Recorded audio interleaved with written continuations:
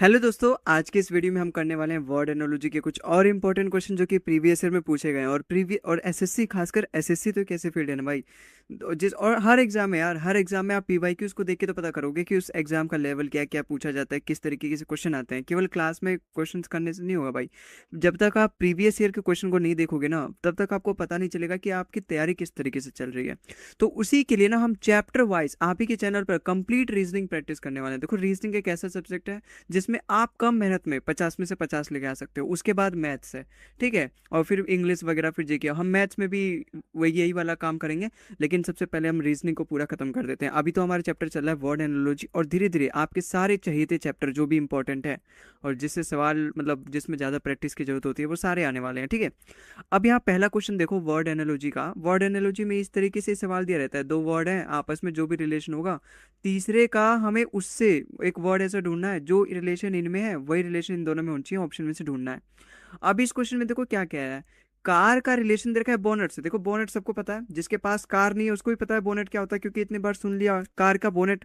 Car का bonnet वही होता है ना जो कार के आगे वाला जो हिस्सा रहता है, जहाँ पे इंजन वगैरह रहता है और उसको ढकने वाला बोनेट होता है। इसका मतलब मैं यहाँ पे समझ सकता हूँ कि कार के आगे वाले हिस्से को बोनेट कहते हैं, यही तो मैं समझ सकता हूँ। जो हम गाड़ी चलाते हैं तो दिखता भी है। तो बोट के आगे वाले को हिस्से को क्या कहते हैं, वो चीज हमें यहाँ पे पता करना पड़ेगा। अब यहाँ पे ऑप्शन ऐसे है ना कि जिसमें से केवल मुझे लगता है कि आपको केवल एक ही का मतलब पता होगा, पोर्ट। क्योंकि अडानी जी आज ये पोर्ट खरीद लिए, कल वो पोर्ट खरीद लिए, ये न्यूज में चलता रहता है। तो मुझे लगता है कि आपको यही पता है। तो ऑप्शन नंबर डी तो खैर आपको तुरंत पता चल गया भाई, कार के आगे वाला हिस्सा बोनट कहलाता है और बोट का आगे वाला हिस्सा पोर्ट तो कहलाएगा नहीं, तो गलत हो गया, ठीक है।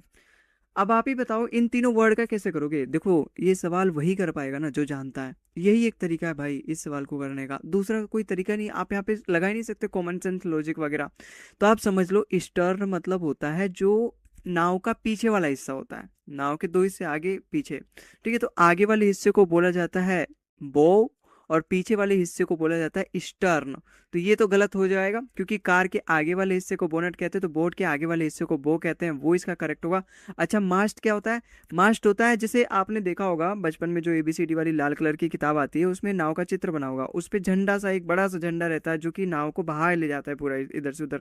जिधर की तरफ हवा रहती है उधर की तरफ वो मतलब पूरा कपड़ा बांधा रहता है नाव के ऊपर बहुत बड़ा। जैसे इस तरीके से रहता है ना नाव। नाव किस तरीके से रहता है, भूल गया मैं किस तरीके से रहता है। इस तरीके से नाव रहता है, ठीक है, इस तरीके से अपना नाव रहता है, भूला नहीं हूँ भाई, ठीक है ना। सुबह का भूला अगर शाम को घर आ जाए तो भूला नहीं कहलाता। तो ये क्या है, अपना मास्ट है ये, ठीक है। ये आगे वाला हिस्सा बो है, पीछे वाला हिस्सा क्या है, स्टर्न है। तो इसका आगे वाला हिस्सा, बोट का आगे वाला हिस्सा क्या होता है, बो होता है। ऑप्शन नंबर सी इसका बिल्कुल करेक्ट आंसर हो जाएगा, ठीक है। आई होप आपको समझ में आया। अच्छा, इसका एग्जांपल देखो। इसका क्वेश्चन देखो, सेंटर का सेंट्रल दे रखा है, ठीक है, कैरेक्टर का कैरेक्टरिस्टिक दे रखा है, ठीक है। एम्बिशन का क्या होगा, आप देखो ऑप्शन में देख के बताओ यार। एम्बिशन का एम्बिशियस, ये तो देखते ही पता चलो, सारी स्पेलिंग एकदम सेम सेम सी लग रही है। ऑप्शन नंबर ए इसका बिल्कुल करेक्ट आंसर हो जाएगा। अगला सवाल देखो, केसल का रिलेशन दे रखा है बिल्डिंग से। अब एक्चुअली में कैसल मतलब होता है क्या, कैसल मतलब आप समझ सकते हो किला। जैसे अपना लाल किला है ना, तो अंदर भी महल है और बाहर एक तरीके से बहुत बड़ा घेरा लगा रखा है। उसी तरीके से हम कैसल बोलते हैं कि एक बड़ा सा मकान, बड़ा सा घर, बड़ा सा बिल्डिंग, जिसके दीवारें बहुत मोटी मोटी लगा रखी हैं प्रोटेक्ट करने के लिए। तो केशल मतलब भी बिल्डिंग ही होता है, और ये मतलब भी बिल्डिंग। तो केशल का ही तो मतलब देखा है कि मतलब केशल एक तरीके से बिल्डिंग ही तो होता है। तो सेडान क्या होता है। देखो, सेडान आपको अगर नहीं पता तो जान लो, सेडान होता है लंबी कार, कार के लिए यूज होता है। जैसे अपनी होंडा सिटी है, ये सभी क्या है, कार है। बीएमडब्ल्यू, मर्सिडीज, ये सभी कार बनाती है जो लंबी लंबी कारें होती है, एकदम नीची नीची होती है, उनका ग्राउंड क्लियरेंस कब होता है, वो सब क्या होता है। दो तरह की कार होती है, दो से ज्यादा होंगी, मुझे तो केवल दो ही का पता है, सेडान और एसयूवी। तो एसयूवी मतलब ऊंची ऊंची गाड़ी, ठीक है, थोड़ा बॉक्सी सा लुक आएगा। और सेडान मतलब थोड़ी सी लंबी सी गाड़ी, जैसे होंडा सिटी आप समझ सकते हो। तो सेडान अपनी कार होती है, बाइक नहीं होती, मोटर नहीं होती। ट्रक तो वैसे ही लंबी होती है, लेकिन ट्रक सेडान के लिए, सेडान अपना ट्रक के लिए यूज नहीं होता, कार के लिए यूज होता है। ऑप्शन नंबर ए इसका बिल्कुल करेक्ट आंसर होगा, ठीक है। आई होप आपको समझ में आया होगा। अच्छा, यहाँ पर देखो फिर से बच्चों का खेल आ गया, मतलब बच्चों का सवाल आ गया। देखो, बियर, बच्चों का सवाल मतलब जानवरों के बच्चों का। बियर का सवाल दे रखा है, बियर का रिलेशन दे रखा है कब से। भाई, बियर के बच्चे को कब कहते हैं। पिछले वाले सवाल में भी मैंने एक ऐसा सवाल करवाया था जहां पर बियर का कब ऑप्शन में दे रखा था। इसलिए ना सवाल को मत ध्यान दो, ऑप्शन को भी ध्यान दो। आखिर ऑप्शन में क्या दे रखा है उनका मतलब भी जानो, एक्चुअली में ऑप्शन में क्या दे रखा है, ठीक है। ऑल ऑल ऑल मतलब उल्लू, उल्लू के बच्चों को ऑलट कहते हैं। डियर के बच्चे को क्या कहते हैं, मैंने पीछे वाले सवाल में बताया था। और डियर के बच्चे को क्या कहते हैं, बहुत इंपॉर्टेंट चीज़ है, इसलिए मैं ये नहीं बताऊंगा। ये आपके लिए होमवर्क है कि एक्चुअली में होमवर्क में आपको बताना है कि डियर के बच्चे को कहते क्या है, क्योंकि बहुत इंपॉर्टेंट सवाल है ये। अगर आप नहीं जानते तो आप गूगल करोगे, गूगल करोगे तो जो चीज़ गूगल करोगे, कभी कभी जो चीज़ गूगल करोगे वो आपके दिमाग में रह जाएगी। ठीक है, ठीक है, तो आई होप आपको समझ में आया होगा, तो ये आपके लिए होमवर्क है। ठीक है, अगला सवाल देखो यहाँ पे, गोल्फ का रिलेशन दे रखा है स्टिक के साथ। मैं यही तो समझ सकता हूँ कि जो गोल्फ है, जो स्टिक से खेला जाता है, ठीक है, तो क्रिकेट किस से खेला जाएगा, बैट से खेला जाएगा। भाई यहाँ पे वही है ना, जिसको पकड़ के हम खेलते हैं, तो गोल्फ स्टिक पकड़ के खेलते हैं, क्रिकेट हम बैट से खेलते हैं। ऑप्शन नंबर ए इसका बिल्कुल करेक्ट आंसर हो जाएगा। अच्छा, एलिफेंट और ट्रंक में क्या रिलेशन है, देखो ट्रंक जिसको नहीं पता, आप यहाँ देखो, फिश और गिल। गिल मतलब क्या होता है, जिससे वो सांस लेती है, बचपन से पढ़ते आ रहे हो ना, क्लास 7वीं 8वीं से जीके की बुक में दिखाया जाता है कि फिश किससे सांस लेती है, गिल से। एलिफेंट और ट्रंक का, ट्रंक मतलब क्या होता है, ये ट्रंक मतलब जैसे हाथी का जो सूंड होता है ना, उसको इंग्लिश में बोला जाता है ट्रंक। तो ये हाथी का ट्रंक होता है, ठीक है, फिश का गिल होता है। तो कंगारू का क्या होगा भाई, कंगारू का पाउच होता है। आपने सुना भी होगा, सुना क्या, देखा भी होगा, अगर आप थोड़ा बहुत कभी देखे होंगे कंगारू को, और बुक बुक वगैरह में, टीवी वगैरह में, तो एक उसके यहाँ पाउच होता है आगे उसके पेट के ऊपर। वो पाउच में क्या करता है ना, वो अपने जैसे कहीं जाता है तो बच्चों को ले जाता है उसी में रख के, ठीक है, तो वो उसका पाउच होता है जो कि उसके बच्चों को प्रोटेक्ट करने के लिए इधर से उधर लेके जाने के लिए होता है। तो वो कंगारू का क्या होता है, पाउच होता है। जिस तरीके से एलिफेंट का ट्रंक, फिश का गिल, उस तरीके से कंगारू के पास क्या रहता है, पाउच रहता है। ठीक है, आई होप आपको समझ में आया होगा। अच्छा, गोल्ड स्मिथ का रिलेशन देखा है ज्वेलरी से, यही तो समझ सकते हैं भाई, सुनार अपना ज्वेलरी से रिलेटेड ताल्लुक रखता है, तो कोबलर किससे रिलेटेड है भाई। अगर गोल्ड स्मिथ ज्वेलरी से रिलेटेड है तो कोबलर अपना रिलेटेड होगा शूज से। ठीक है, गोल्ड स्मिथ मतलब सुनार, सुनार अपना ज्वेलरी से काम करता है, ज्वेलरी से रिलेटेड काम करता है, तो कोबलर किससे रिलेटेड काम करता है, शूज से। ये भी मैंने पीछे करवा चुका हूँ, आई थिंक क्या करवा चुका हूँ डेफिनेटली।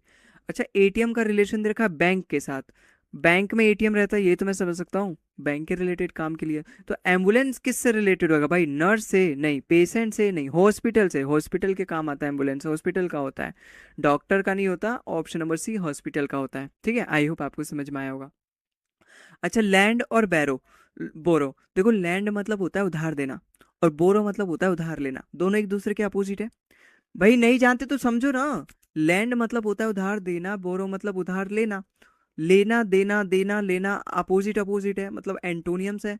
इसका मतलब यहाँ क्वेश्चन मार्क की जगह भी एंटोनियम आना चाहिए। आप देखो, हैप्पी, हैप्पी और जोयस, जोए वर्ड से आप समझ सकते हो कि यहाँ पे कुछ ना कुछ एंजॉय किया जा रहा है। हैप्पी मतलब भी कुछ, एंजॉय मतलब भी कुछ, सिनोनियम है, एक ही वर्ड है। अच्छा, शार्प और एज, शार्प मतलब बिल्कुल शार्प है, एकदम पैनी नोक है, और एज मतलब भी किनारा, कोने वाला हिस्सा, ये भी एक दूसरे के क्या है, सिनोनियम्स है। अच्छा, स्टर्न मतलब होता है सीरियस, एकदम स्ट्रिक्ट, एकदम स्ट्रेट सीरियस होता है, और स्ट्रिक्ट मतलब भी स्ट्रिक्ट ही होगा। तो ऑप्शन नंबर बी भी इसका गलत, क्योंकि हमें एंटोनियम ढूंढना है, दो जो एक दूसरे के अपोजिट हो।